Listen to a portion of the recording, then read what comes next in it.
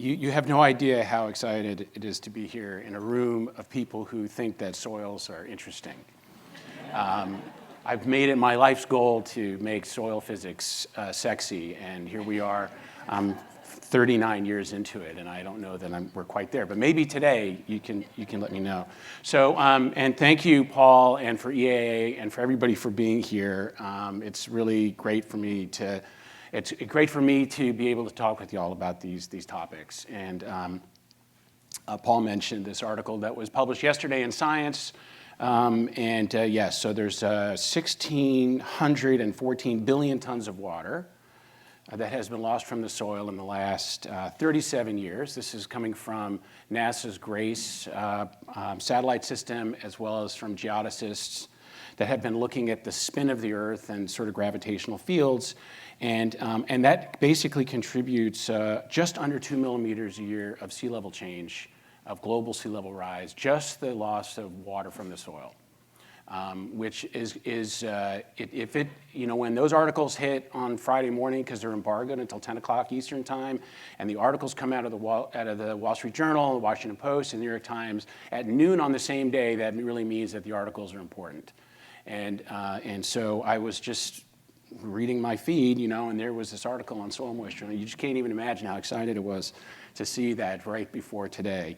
So it's just absolutely fantastic.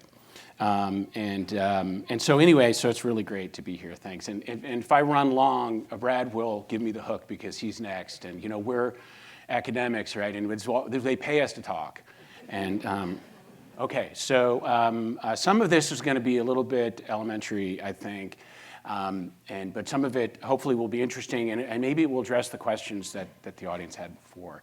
So this is a typical hydrologic cycle diagram. On the left-hand side, the precipitation is coming in. Some of that water basically infiltrates into the soil. It percolates down to the water table. Some of that water then moves into the river bodies and lakes and things like that. And then some of it transpires out. So evapotranspiration, which was discussed earlier by Matt, is essentially the process of taking liquid water and transforming liquid water into vapor water, basically, evaporated water, through the plants, the leaf surface, and through the soil surface. And that is essentially, what a lot of people would consider the water cycle. And this becomes more and more intense as we get drier and drier. And studying these processes, to me, has been sort of a life's passion and really amazing. To have the chance to do that. And so, the question here is, why do we care about soil processes? And I can ask 1,000 people, and most people will shrug. And I don't have a shrug emoji here. They'd be like, I have no idea why I would want to care about it. But to me, it's a fascinating topic. It affects so many aspects of the biosphere. It affects plant health. It affects recharge. It affects runoff potential. Local and regional and global weather patterns, and all of the things that we're super lucky to be on this Earth and not on some distant asteroid floating around in space. We're really fortunate, actually. It's just a coincidence that we happen to be all in the same room. And the challenge is that the variability in time and space complicates our ability to quantify these processes. As Matt mentioned, soils are intensely variable, and I spent 20 years in the warm deserts, in the Mojave and Sonoran deserts, studying variability of soil properties right underneath canopies out into the inner space. And after spending lots and lots of time in the hot sun, it leads you to probably lose it a little bit. And so, the challenge is, how do we focus on the scaling part of this, right? Like, a lot of the measurements that I took were literally at the centimeter scale, like sub-inch, right underneath shrubs, and then out into the inner space, out away from where the canopies are of the plants. And that's super fun and great, but eventually we have to make decisions. We have to make decisions with data, and that's not going to be at the shrub scale. It's going to be basically at the regional scale. So these arrows are kind of going both ways, right? We need to be able to measure at the local scale or at the plot scale, but eventually scale it up to the watershed. And NASA is launching satellites, and now we can actually measure on a daily basis every inch on planet Earth every day at a 30 centimeter resolution, at 1 foot resolution. It's amazing, actually. that we're able to do that now. And I don't even know how much data. It's like in the petabytes of data a day. But it's really great data. But at the same time, we go from these satellites, we have to scale it down to the scale of where we are and that we sort of experience the biosphere. And as I mentioned, they're really variable. So one of the papers that I worked on a few years ago was to try to get an understanding of how soils evolve with time in desert environments in a stable soil. A stable soil is one that is not eroding, we're not getting mass wasting events, things like that. And so we found a location that's in the southern Mojave Desert outside of Baker, California, where we were able to measure soils that we knew had about 1 million-year-old surfaces, but that the soils themselves have undergone different processes over time. And we essentially located sites, this is known as a chronosequence, and what we found was that the older the soils get, the less permeable they become. And so that's to your question, right?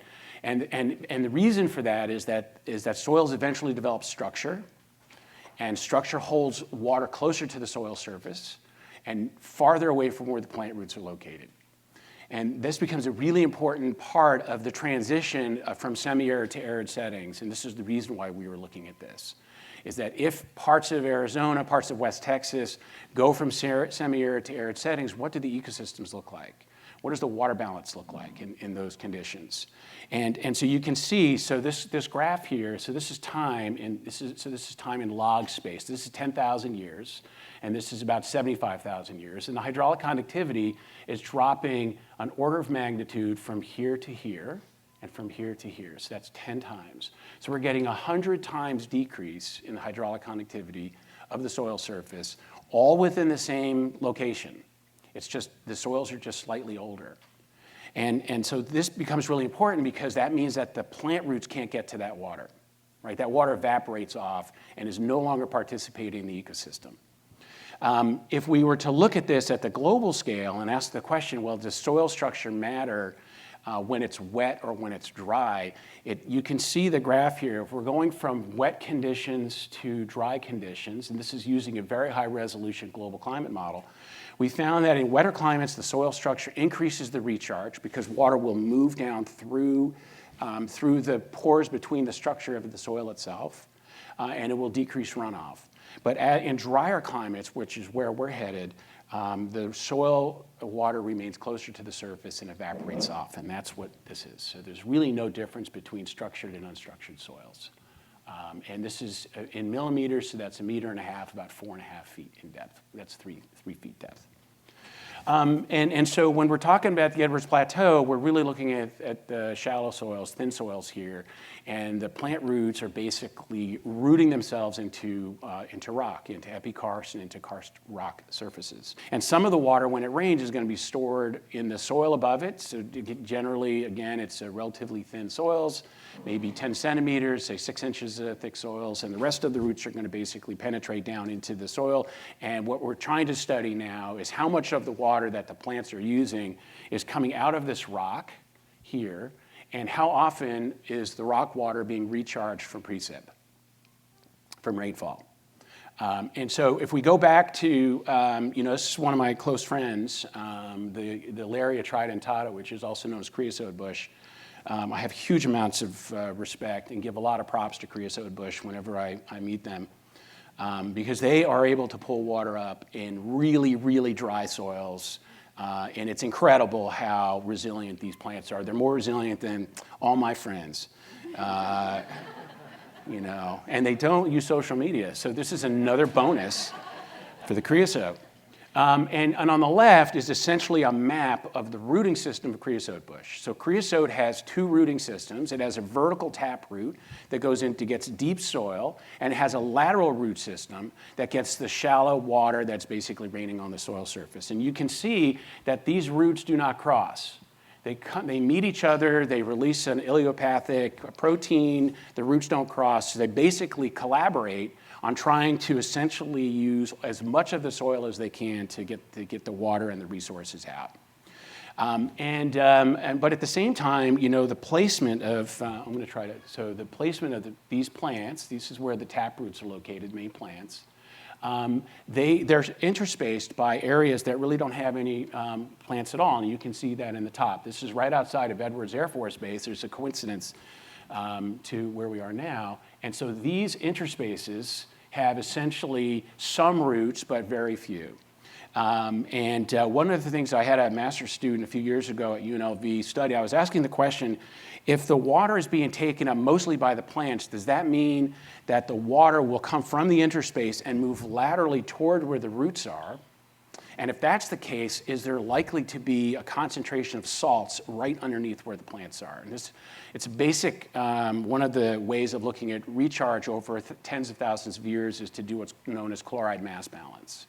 And we were asking the basic question, does it matter where you take the sample, whether you take the sample in the interspace, which would be this point, or do you take the sample right underneath the plant? Because in order to take the sample, you have to kill the plant. And most people are like, man, this plant has been out there and we do not want to kill the plant. So we're going to take it in the interspace and we're going to systematically bias our recharge numbers by doing it. And we wanted to do that. We showed that you can see that in this much higher saline soil because it's pulling the water in from the interspace and then evapoconcentrating the salts underneath it. And so there's a really interesting dynamic of soil water movement underneath the soil surface toward where the roots are located. And the further you get away, the more likely it is you're going to have just vertical movement, and here this is where the recharge is. But there hasn't been any recharge in the Mojave Desert through most of the valleys since the last glacial period. That's 15,000 years ago. It's net upward movement and has been since the last glacial period, and we can see that with data. But we need to balance these components of the water budget. Matt was talking about precipitation and ET, and ET's awesome, and we need to be able to do it at scale of the decisions that have to be made by regulators, by people, right? This is what gets down into where the people part comes in. It's really important. And so we've been studying this here for EAA for a few years. I've been running kind of studies like this in central Nevada, which was trying to get the water source for Las Vegas area and things like that. And so a lot of the red circles are showing in situ. These are the measurements that we're taking, actual physical measurements that we're taking in the soil, so that we can get a better understanding that when we go from a measurement that we take to a model, and John Nielsen Gammon, the state climatologist, would say that all models are wrong and some are useful. We need to know how can we trust what these model results are going to be. And I say we can trust it because we can measure the soil and we can apply the data to the model to see if it behaves properly. And one way to do that is using what's known as eddy covariance. It's a micrometeorological technique to measure evapotranspiration, and this is measuring actual ET, which some people call ETA. And there's a tower at the FRP, and there's another tower that's just south of Leakey, Texas. And it solves the energy balance equation. So in other words, Rn is the net radiation. This is what's coming in from the sun. And then once it hits the ground, it partitions. Some of it hits the leaves and bounces back off in atmosphere. Some of it gets absorbed by the earth, and that's G. And some of it is basically used to transform liquid water into vapor water, and that's known as latent heat of evaporation, or LE. And I just put the T afterwards because I was being clever. And we need to connect this LET to the water balance equation, which Matt was talking about. So there's precip, there's ET, there's recharge, there's runoff, and then there's change in soil water storage, which we'll talk about. So this is a basic, in hydrology, this is one of the equations that we use. You have a defined area. We know a certain amount of water is coming in. Well, where does the water go? We can measure the P, but we can't measure all the rest of it. So we kind of do the best that we can, and we squint a little bit, and we're like, well, we think it's this, but we do the best that we can. And this is what they look like. So this is the site that's just south of Leakey. I know it's hard to see. We had a drone flying around, and there's a little dot there, and that shows where that's located. And then this is the one that's at FRP. And you can see where the little dot is right there. And so what are these things composed of, okay? So basically what you're doing is you're measuring very, very small air movement in X, Y, and Z direction. So it's going laterally this way, it's going toward me and you, and it's leaving the ground. So the air that is moving up from the ground that carries water That's the water that's evaporating. And that's what we're trying to measure. We're trying to measure the vertical component of water and how many air molecule or water molecules that's carrying. And if we can do that, then we can actually measure the mass of water that's left the soil surface. These measurements are taken 10 times a second. We measure every half hour, we take the average, so it's an average of 18,000 measurements. And that gives us the actual evaporation. It's the only technique that's available to do this, with the exception of a lysimeter, a weighing lysimeter, which if EA wants to build a weighing lysimeter, Paul, looking at you, I did that for my dissertation back, in the mid-20th century. We also have to measure G, so these are sensors to measure soil moisture, which again, is just fabulous. To actually talk about soil moisture and people understand its importance, we would call it soil water content in the soil physics community, but we measure how the water is moving down, we measure how it's moving up, we combine it with a heat flux plate to measure how much energy from the sun is pushing down into the soil and being stored in the soil. So if you measure like during the late fall, that soil's been sitting there under the sun, it's much warmer.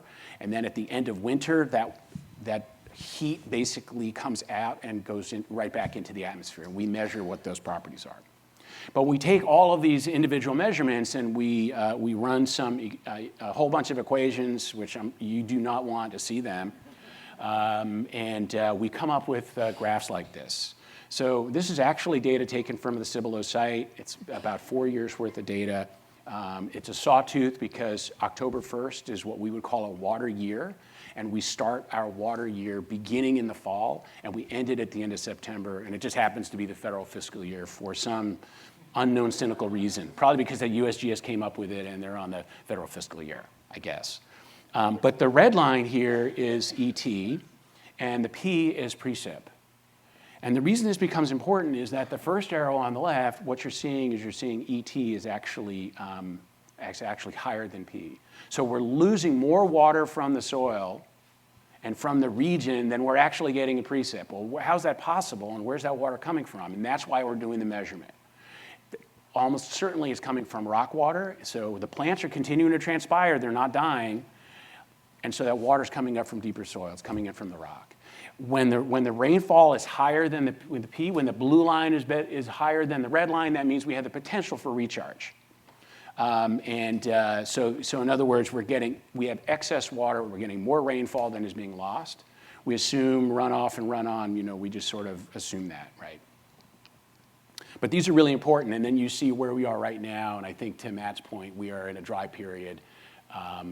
We had a really good July, I think, right? And then all of a sudden, by the time October hit, we didn't hit anything. And it's so ironic, that we're here, it's raining today. You just can't even imagine.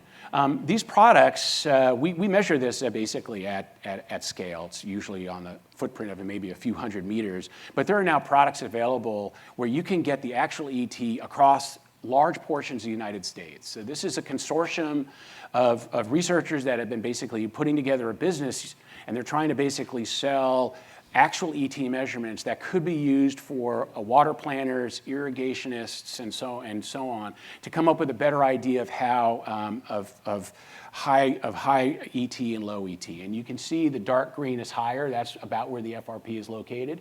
And then we're getting into sort of communities and and roadways and things where the ET is obviously less. And I'm keeping an eye on the time because I know I'm gonna.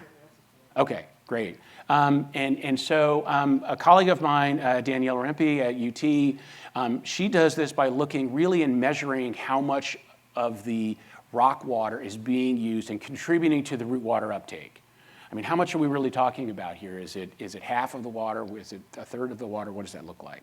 And if the vadose zone, that unsaturated zone gets depleted, what's the likelihood that there's going to be deep penetration of a wetting front, and it's going to recharge that rock, and this has a lot to do with spring flow, and sinkholes and all the things that we study in terms of shallow water and springs and things like that are really being governed by the deep vadozone processes. And so I'll just kind of click through a couple of slides that Daniela provided, but on the bottom is essentially from the National Drought Monitor that comes out of University of Nebraska-Lincoln. On the top is the spring flow at one of UT's field sites that's known as the White Family Outdoor Learning Center. It's just south of Dripping Springs, about 5 miles south. And so we have the blue line shows spring flow, and the gray bars here are droughts, are zero, so we have dry conditions. It's not a coincidence that really heavy drought, 2011, the springs run dry. Springs run dry every time there's a drought. Springs are dry here, we're getting a little bit of wetness, and so on. And so it's really interesting to basically be able to see at what point does the vadozone get down to a certain threshold that essentially stops spring flow. This has huge implications for things like environmental flows for springs, spring ecosystems and habitats, and so on. So knowing this connection is really important. We had a relatively wet period after that dreadful 2011 drought. People here can remember 2015, that storm, the Wimberley flood and all of that. And that kind of reset the deep soil moisture for a couple of years. Now we're back into this drought period, and at the same time, Daniela basically installed some monitoring wells and has been monitoring deep soil moisture with a neutron probe, which has been used by agriculturalists for over a century. And you can see that the change in the water content, which is we're seeing on the bottom, is getting, so the yellow line is more change. So this is going from 0 to minus 0.1. So we're getting a 10% change in soil moisture, and that's 10% volumetric. So it's not like 10% of the percent. And in each case, this water is being pulled up from soil and rock that is down several meters, well below evaporative zone. So this is real evidence that the plants are pulling water out directly out of deep rock. And her student published this, a paper on this, was really looking at the global rock water uptake. And so this is what's feeding the plants during droughts. Another colleague, Ashley Matheny, also at UT, what she does is she basically measures the water content of the stems in the plants. So remember, water lands on the surface, percolates down, goes through the root system, up into the xylem of the plant, and goes out into the stem before it hits the leaves. So if the water content of the stem is higher, that means there's more water uptake that's occurring from the roots. And so when we have wet conditions, the water contents for this, it looks like it's a live oak, basically increases significantly after these rainfall events. So this really shows a connectivity between ecosystem function and what I would say sort of root water uptake and environmental conditions. And taken between this and this, we really start to see a clear picture of what the relationships are between these compartments of water, of precip coming in, water hits the soil, some of it goes into the plants, some of it gets evaporated out, and that's what we want to try to understand. We're sort of waiting to drill a well out at the FRP, which is going to be a horizontal borehole, very similar in the style if you drive around and you see people basically drilling underneath roadways with these horizontal rigs. We're going to do the same thing out at the FRP, and then we're going to use a neutron probe to pull all the way across this bare soil into this copse of trees here, right underneath the canopy, so that we can measure directly across an entire transect how root water uptake is basically drying out that soil. And hey, these are super interesting for a soil physicist, but you all have to make decisions. And so we need to do something a little bit more and scaled up. So these graphs here are from an eddy covariance systems that we installed out at Camp Bullis a few years ago. The circles are the footprint. This is essentially what the eddy covariance tower is seeing.